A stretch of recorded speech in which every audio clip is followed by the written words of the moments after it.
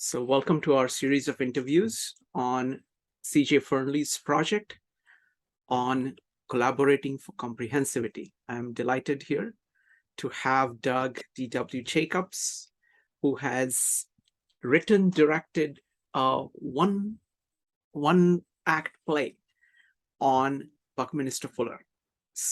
And he's known CJ for over 15 years. So, Doug, you've had a front row seat to seeing this approach of CJ to collaborating for comprehensivity.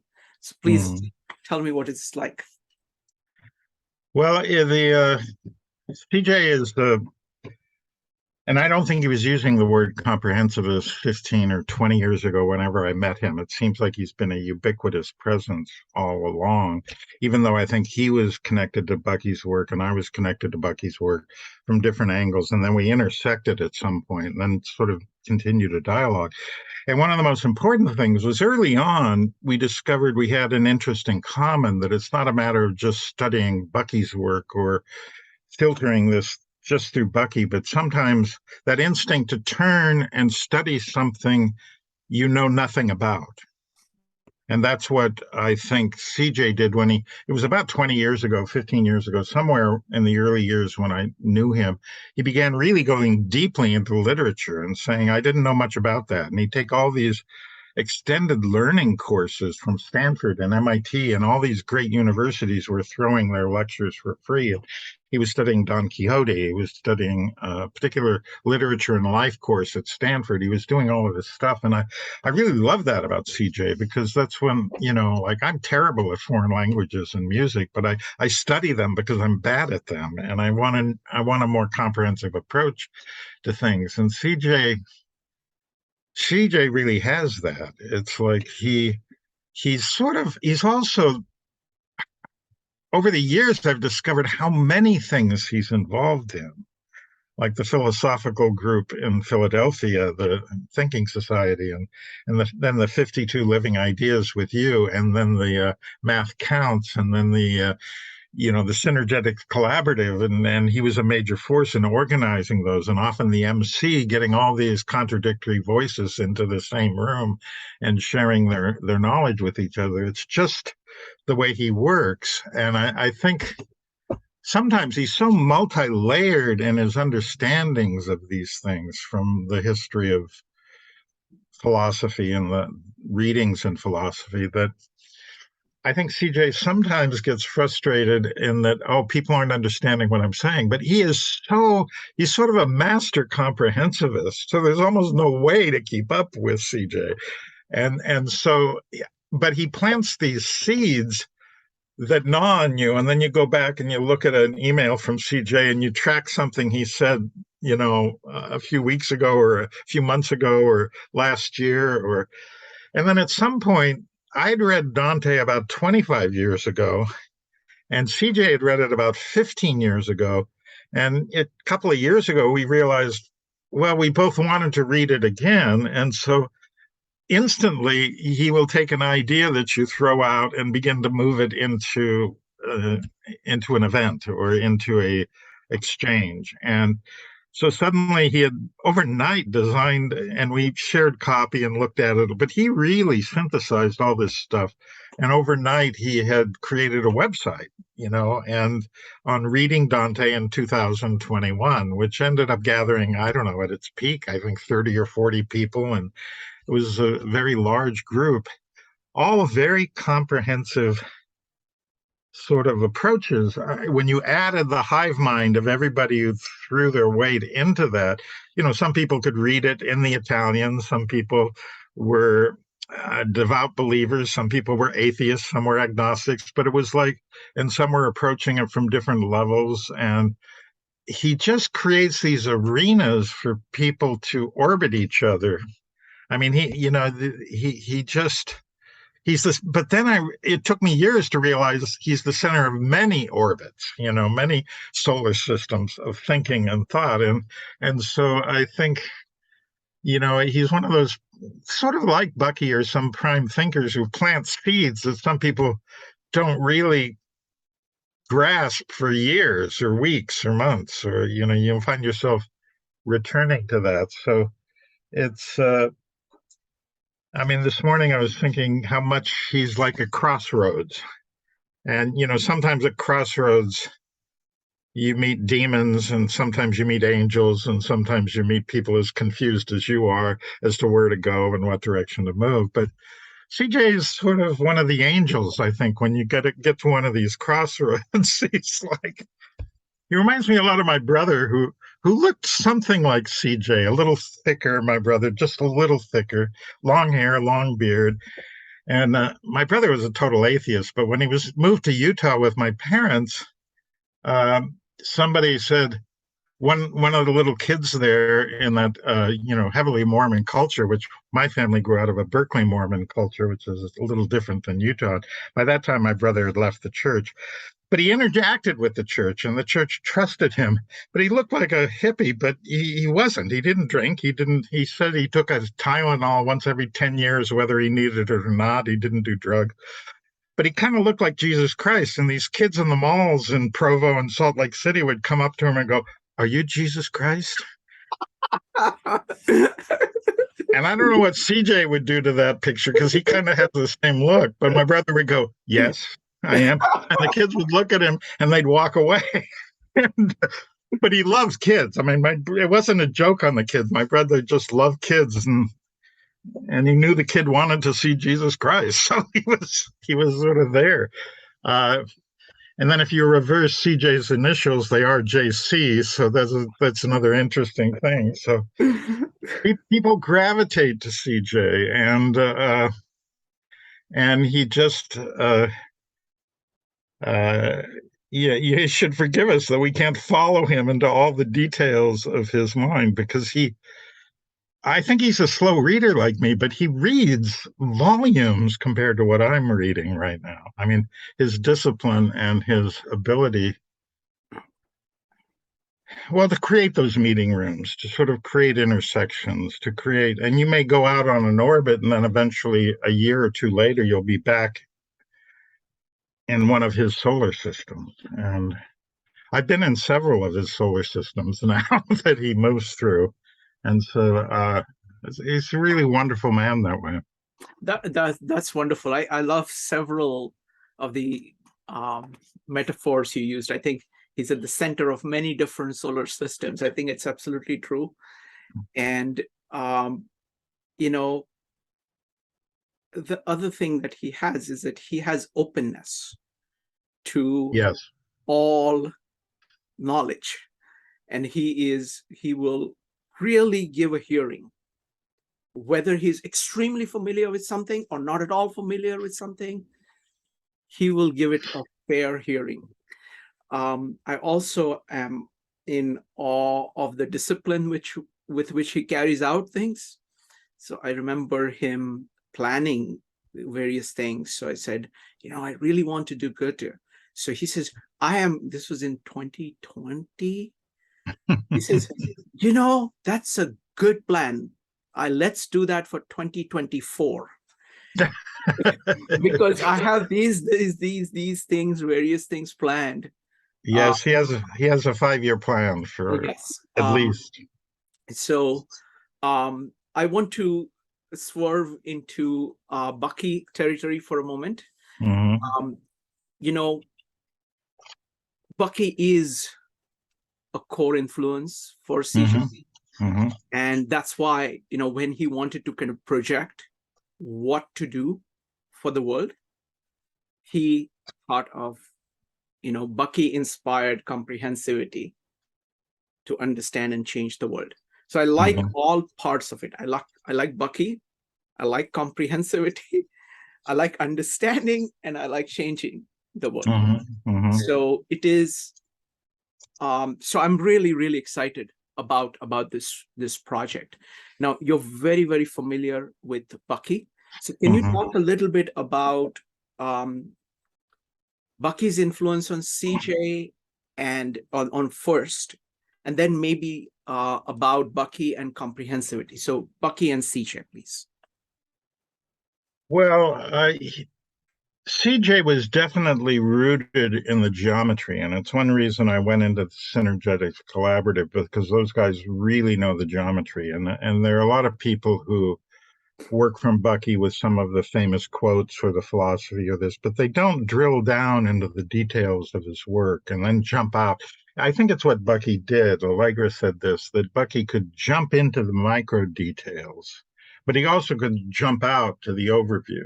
So this idea of being, I don't know the phrase you come up with, micro incisive and macro comprehensive, or that ability that he's really inherited that, but he probably had that a lot on his own anyway. I think that's sort of something that Bucky recognized.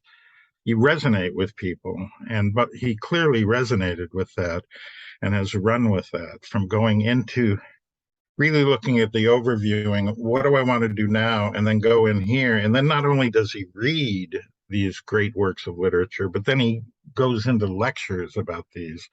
And, from, great lectures on Dante or on Don Quixote or on, and so if you even mention any idea to him, it's sort of like Bucky. I mean, Bucky would work with who's in front of him and would respond to that. And Bucky, and I like, in one of these groups we were talking, I was trying to remember which one. I think it was, the Frankenstein group, which he was very passionate about, and still is. And there's still threads I want to follow up with him and links he sent me that I haven't had the time to track down.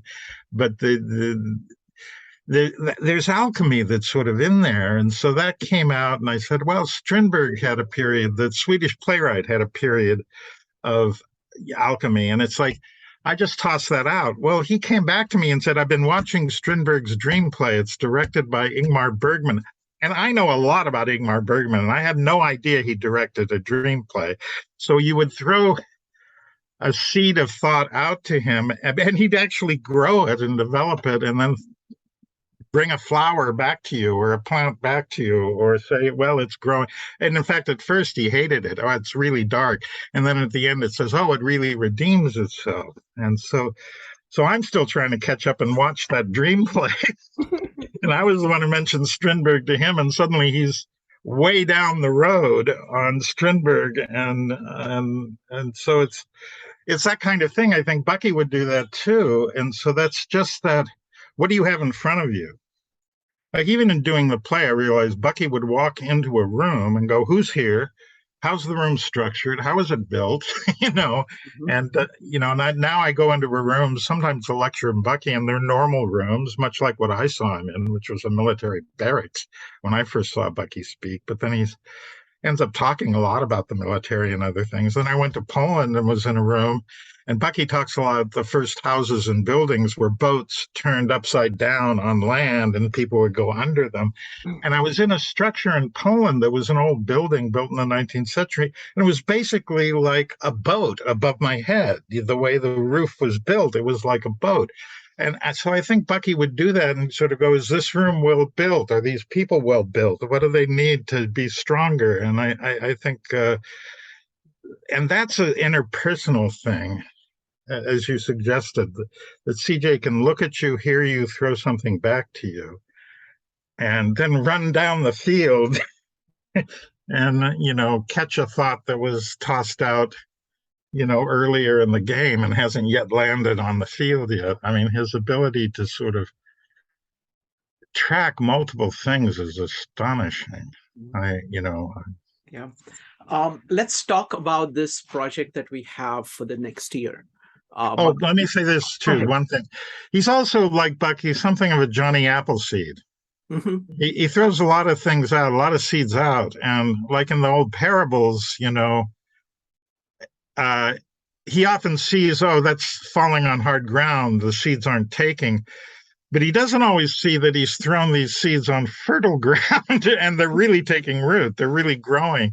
And so that's sort of, I think Bucky and CJ and many of these great thinkers, they're just throwing stuff out to people. And wonderful. So let's talk about, this, the project that CJ has, has conceptualized and which we are executing, which is the Bucky inspired comprehensivity to understand and change the world. So what we did, let me see if I can find this. So what we did is that I asked CJ, what he wanted to present. And he sent me an essay on these 4 on-ramps to understanding Bucky's thought. They're quite profound. So we have actually designed the entire series around these 4 ramps. So I just wanted to run the program by you. Oh, okay. Talk about each of them. Okay, maybe we can take our time to talk about these because it will be useful to people. I'll have to take notes to track his 4 ramps and make sure. Yes, okay. Please. So the first one is, I want to, I'm presenting it in a slightly different order than he has. First one is the value of collaboration, collaborating for comprehensivity. I think that idea of collaborating is a profound idea because we are limited beings and you can't really achieve comprehensivity without collaborating, because in collaborating, you are actually taking in the entire context of another person, and it is opening up a whole world to you. I just talked to Harold Nelson, and he was saying, first time I encountered Bucky, it was in this 15-hour lecture, 15. So I couldn't, it's like I still had to keep going after 15 hours. But the point here is that Bucky cared enough about people to communicate, not only in these tremendous books that he wrote, voluminous writing, but when he was actually in front of people, as you were saying, he was talking to them, and he was talking to them as these individuals for 15 hours. It's like everybody talks about these long talks. So I think the issue of communication and collaborating is fundamental to developing comprehensivity, and it is along the lines of Bucky's thinking. What do you think about this point about collaborating? Well, I think Bucky really makes that clear at the beginning of Critical Path, which I think probably has had a huge influence on CJ, me, and various people. And it's like finding your natural collaborators. It's not going to a class in which you don't relate to half or 2/3 of the people. And it's not being of like mind. It can be people of very different minds, but they want to hear from other people. And so I will attack a usage of CJ's and I'll go, oh, thank you for the feedback. I'm really going to integrate that. But it doesn't shake what he thinks. If it fits, he'll use the idea. But if he thinks he continues on his own. And so that ability to take your work and listen to feedback and to use what's valuable, that's really at the heart of a lot of theater work, and poetry workshops are all based on not people being run over by people in the workshop, but they're hearing a bunch of ideas and they use what connects to what they want to do as individual poets.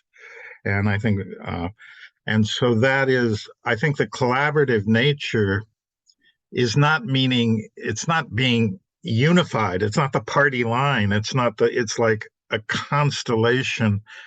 I was just watching a documentary last night on, and actually Bucky didn't just speak, he thought out loud. So right now I'm sort of thinking about something I saw last night. It's a documentary, Rumble, and it's about the Native American influence on rock and roll.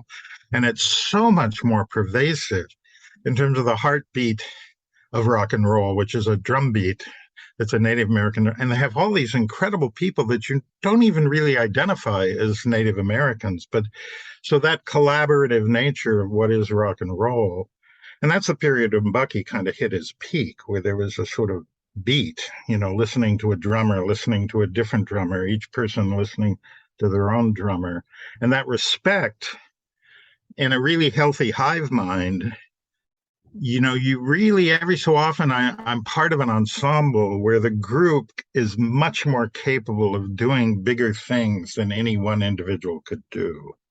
And that's a delicate thing because it can shatter but then it often rearranges into other groups, great rock and roll groups that broke up, but then three other groups formed around different musicians. And um, so it is, I think, at the absolute heart of Bucky's work. And he's right. That's a good one to lead off with. Absolutely. I mean, I just want to say two things about it. Mm-hmm. This is like the yes and principle in improv. You really take in what the other person is saying and then add your own things. It's also at a more profound level. It is the namaste principle in the Bhagavad Gita, where you're saying the God in me greets the God in you. So you're relating to the core of the other person Right. directly.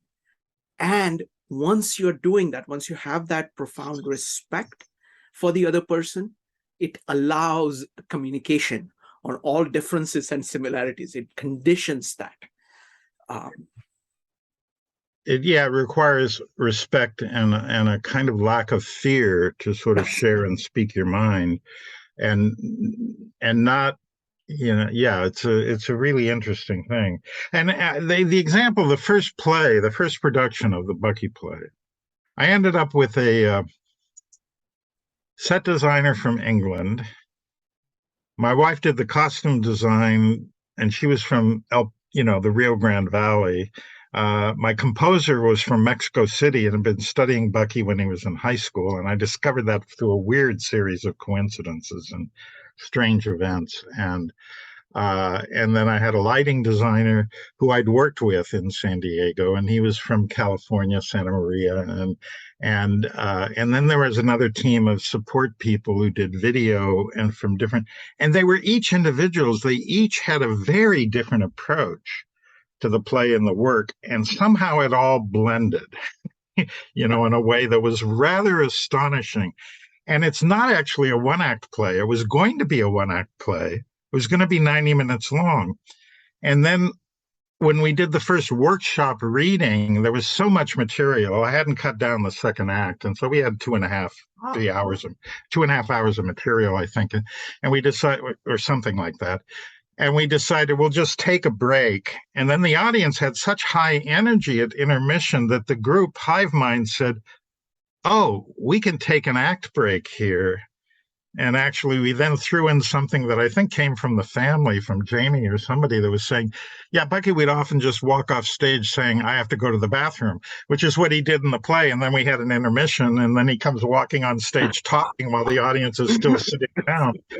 And then we went to a bar. We were so excited about it. That's when we got the idea to have actually the man from San Francisco as our production manager, Jeff Rowlands, who later produced it in San Francisco. He said, "Oh, we could take the vector equilibrium," and he could run off stage and come back with a giant vector equilibrium, and he can work it from inside.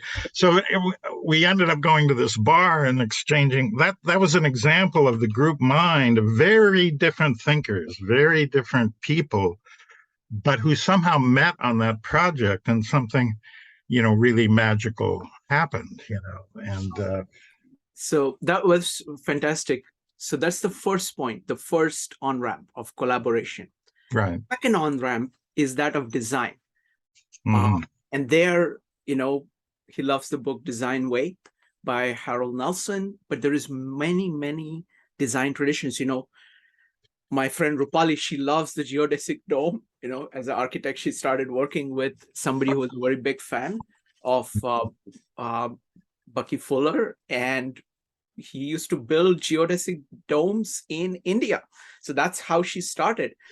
So this design is a core on-ramp of saying, how do we actually transform the world physically to execute all these great vision that we have? How do we make it real, concrete? So can you talk a little bit about design as being a pathway into Bucky's thinking?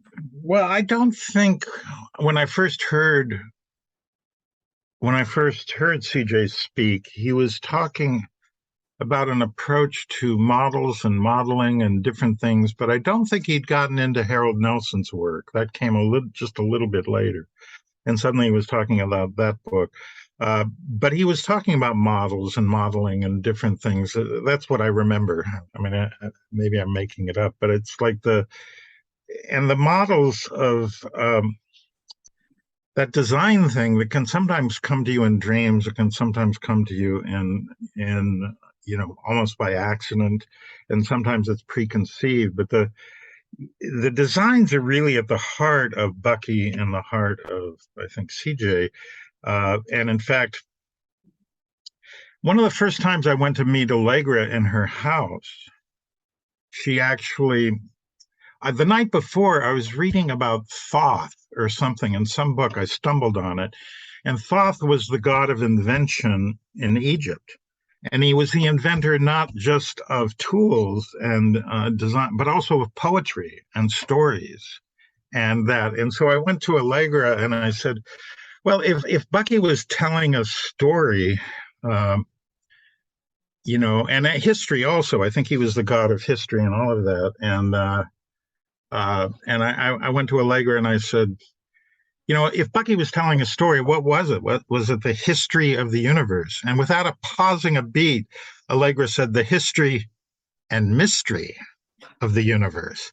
And I went, okay, that's the title of the play. And I put the history in parentheses. It's often in small letters because it had more force, but as she said it more gently and mysteriously than the history of the universe, which would be something, the history of the world by H.G. Wells or something. But Bucky was the history and mystery of the universe.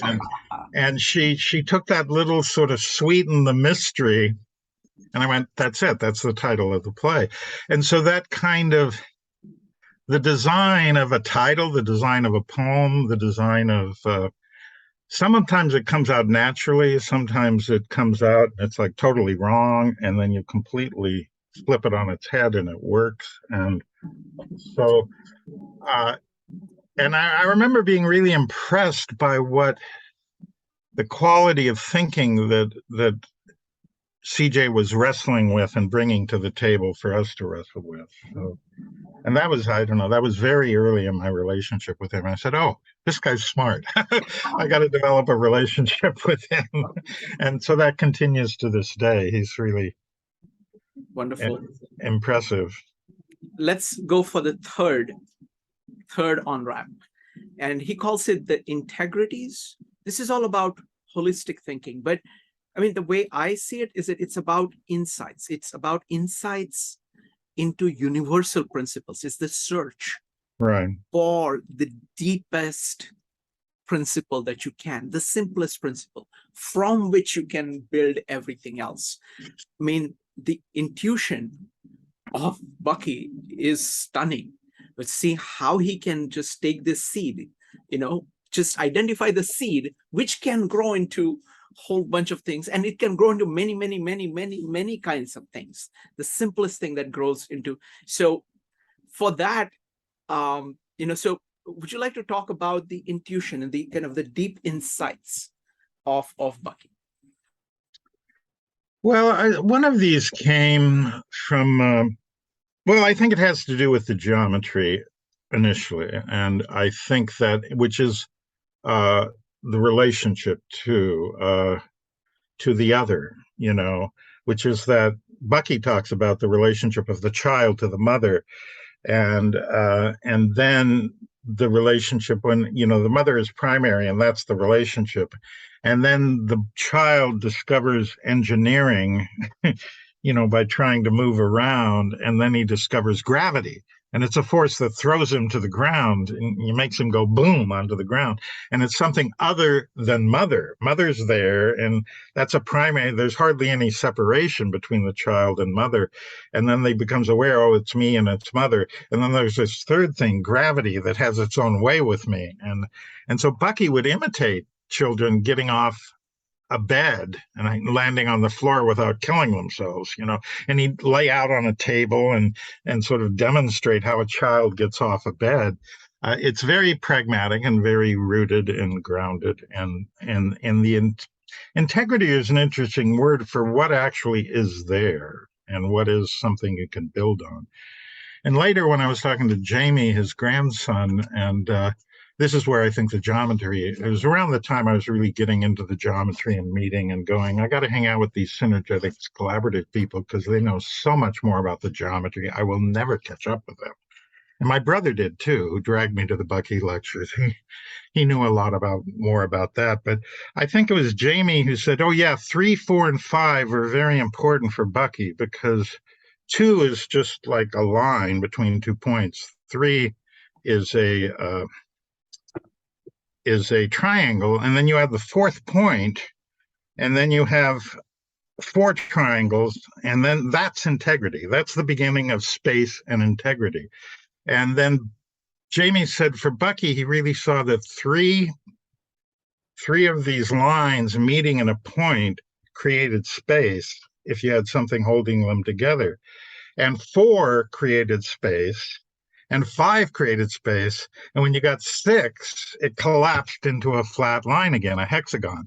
So there's something about 3, 4, and 5 that the whole universe is built off of icosahedrons and pyramids and octahedrons and tetrahedrons. And when you meditate on that's a lot starts to come out of that. Just like for me in staging the play, Allegra, who is a dancer, was aware of this, the 6 principles of movement, which is axial rotation, orbital rotation. If you do them at once, it's called dance. You spin and you go in a circle around something. It's like dance is built on that.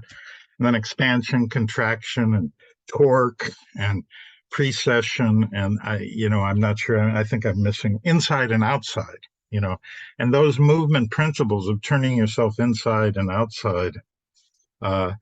Those are really basic principles, and when you take all of those principles together, it really is a key to how the universe works, and that Bucky was trying to find. It's sort of the quest for the Holy Grail, the structure common to physical and metaphysical reality. I mean, it's a ridiculous thing to attempt to do in the middle of the 20th century, because everybody's saying, that's impossible. We've given up metaphysics. We've thrown that out the window. But it's like Bucky, said, no, I think this is useful. So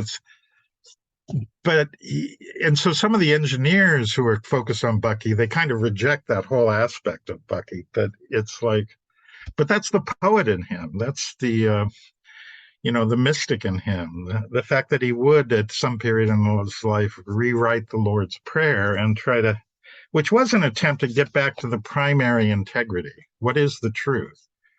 Which Gandhi, actually, his autobiography is the story of my experiments with truth. And I'd read that in the 80s, around the same time I read Bucky's Critical Path. I think somehow I stumbled on and you read, Gandhi, and you read Bucky, and they were really experimenting with truth. They weren't assuming they had the answer. They were saying, I think this is worth exploring, and does it hold up? Mm-hmm. Does truth and love, and they both focused on truth and love. And I was doing the play for about 3 years when I realized for Bucky, love was like a wrench. It was like a monkey wrench. It was something you could do work with. Mm-hmm. And I think CJ has that thing. It's like, okay. And he does, I don't know that CJ talks a lot about love, but he kind of embodies it, the way he kind of just opens to people and points them in directions, or takes a direction they give him and he runs with it. Suddenly I'm doing a year-long project on Dante from saying, oh, I have this impulse to read Dante again. Yeah. And he goes, so do I. And we're suddenly doing it for a year. Yeah. So talking of love, I want to make one comment and then we'll go to geometry. You said that all these children will come running to your brother who looked like Jesus, and he said, yes, I am Jesus.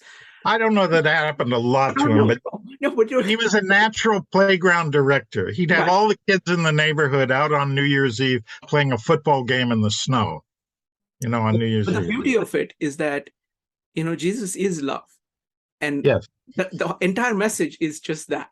Yes. But in a sense, what he's saying is true.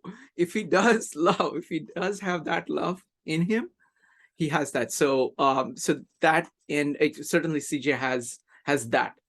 in him. Now, I want to say one thing about the fourth on ramp is geometry, which we're already talking about. But I want to, I have a friend who's a mathematician, so I've been working on this tetrahedrons. Right. So I took a whole bunch of tetrahedrons to him yesterday, and he just he knows this very well. So he just went boom, boom, boom, boom, many different things about tetrahedrons. The thing that really stuck with me is that there are 7 symmetries here, right? There are 4 of these symmetries. Right? There are 4 corners here, but there are 3 more symmetries. Okay, and that is if you take the middle of the edge and the middle of the opposite edge, and you connect them, there are 3 such lines which meet in the center. Those are the 3 symmetries. So it's 3 plus 4 symmetries. So it's really, really interesting thing. So that is the fourth on ramp that we've been already talking about implicitly, but there is a lot there. I think in some ways, as you're correctly pointing out, the approach that Bucky has is unique because he's connecting it to far more fundamental areas, like you were saying, metaphysical areas. Because what you're saying is that what he is saying, or what Harold was saying, whole is all that there is, and you're trying to understand the whole. Yeah. And when I was writing the play, I would build, right at the time where I got the idea to write the play, it was at the Centennial in 1995, and Peter Meisen handed me a copy of Robert Schneider's book, Autobiographical Scenario, on Buckminster Fuller. And then I went into a workshop Amy Edmiston taught with toothpicks and marshmallows.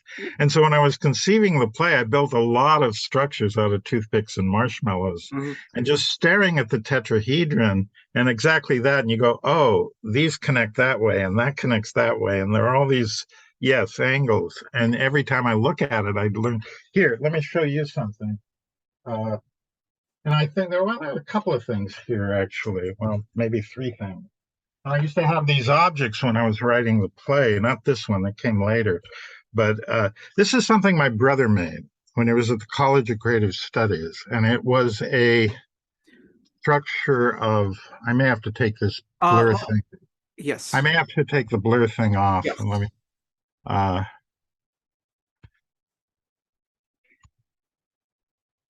Yeah. I had that off for this structure. He did this as a Christmas ornament. My brother did. He was in college, I think in College of Creative Studies, an undergraduate, sometime, I think, before or after he went in the Navy. I don't know. But there are various structures, and he tried, there are some obvious 5-pointed stars, and there are some hidden in here. There are some 6-pointed stars. And then there were structures that I think came from Islam, and there were structures possibly from India. I don't remember his explanation of the piece, but he spent a lot of time building these little pieces that were Bucky inspired, because Bucky was, so it must have been after the Navy. So that's when Bucky came to lecture there. And so this sort of thing, when you take these basic ideas and hand them to people, no teacher told my brother how to do this. They just gave him the building blocks, and my brother made this kind of, it's funny, it's what you're doing with your workshops, this kind of the interdisciplinary, what do they call it, the pulling in from all the religions, symbols from all the religions, and how they converge into sort of a common structure. And I think it was one of the synergetic collaborative things CJ did, where I began to realize there were golden mean aspects and things. And the first time I really understood how the golden mean and the Fibonacci numbers, which all these people are talking about, like they're the Goldilocks and the 3 bears, right? And I'm going, and I finally got a sense of how the sun orbits, and that pine trees have this Fibonacci sort of sequence, so that it's a way that allows the most photosynthesis to happen. And, there's occasionally you get these ideas, and 20 years later, they kind of pop in your brain, and you go, oh, that's how it works. And, and then later I learned the soccer ball was actually, and this design of the soccer ball was inspired by Bucky's geometry, but I learned that much later,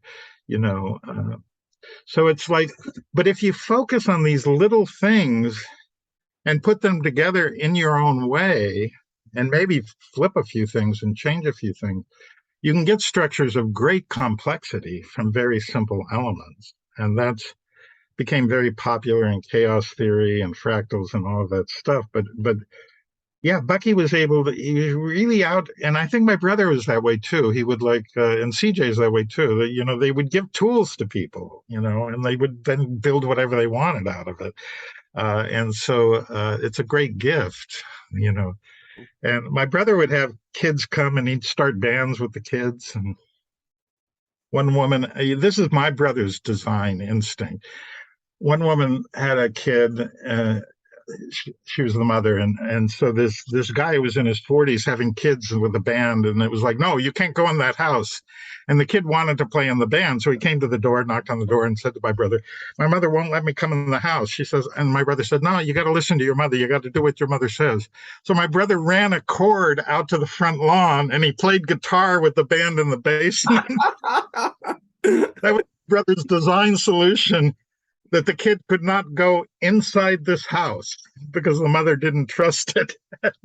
And my brother said, yeah, she's right, you know, don't come in the house. But so from outside he could get the kid inside, and that's a Bucky principle, you know, what's inside, what's outside.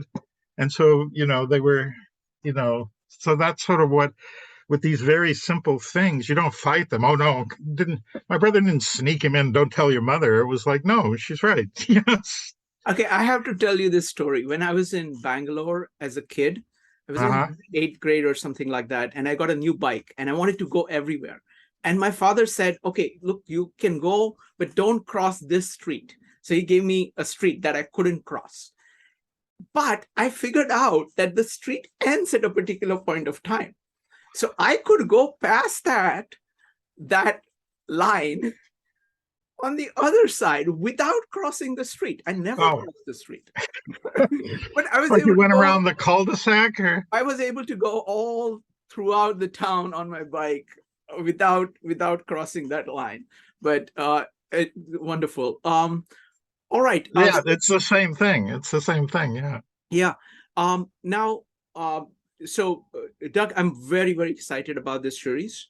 I think bringing Bucky to more and more people and giving a larger and larger stage to people who know Bucky really well, and making sure that they can talk to everybody. Right. And having those ideas transmitted in the culture, I think is a huge project. And I'm just delighted. I would be delighted to have you participate as much as you want. We can do interviews, we can do everything. And I think this is along the lines that CJ really wants his ideas, his legacy to be built. And that's what we're going to do. So would you like to say anything, any kind of closing words about CJ? You can take your time. Did we get through all 4 of the ramps? Yes, the fourth ramp was a geometry ramp. Oh, geometry. Okay, that was embedded in. Yes, that was embedded in everything we discussed. We ended up, talking about it throughout. And I thought your final demonstrations were a great example of the power of geometry. How some simple shape make such complex things. Yeah. Well,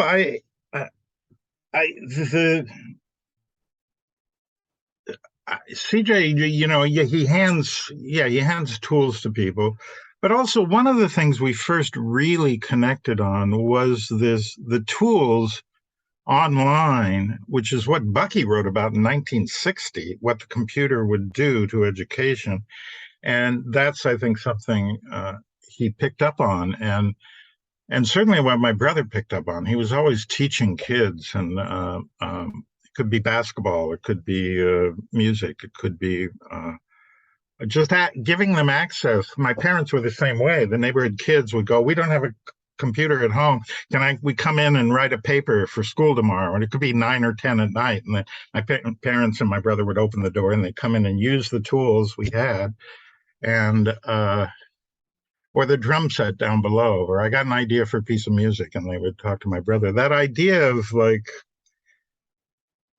teaching, and that's one of the things, all those tools for learning he was an encyclopedia at some point for, oh, I want to learn about this, and he'd know where to go for a lecture on that or this, and oh, try MIT, try Harvard, try Stanford, try all the universities were putting these lectures out, and he was a great curator of those kinds of. So he really is. And I think when I wrote the play and conceived even the opening night event at the Centennial in 1995, we talked a lot about the nexus points, on a geodesic dome, the connecting points. And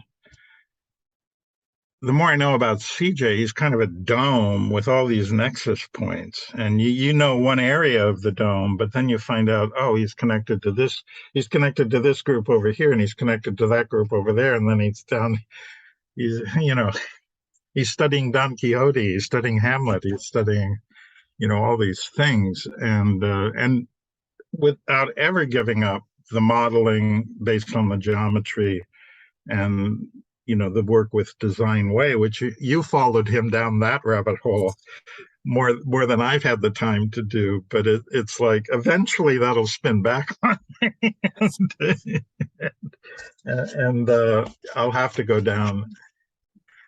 I find myself connecting in these Zoom groups in various areas, and some of them are completely unconnected to CJ. There was a Shakespeare group that turned into a transcendentalist group.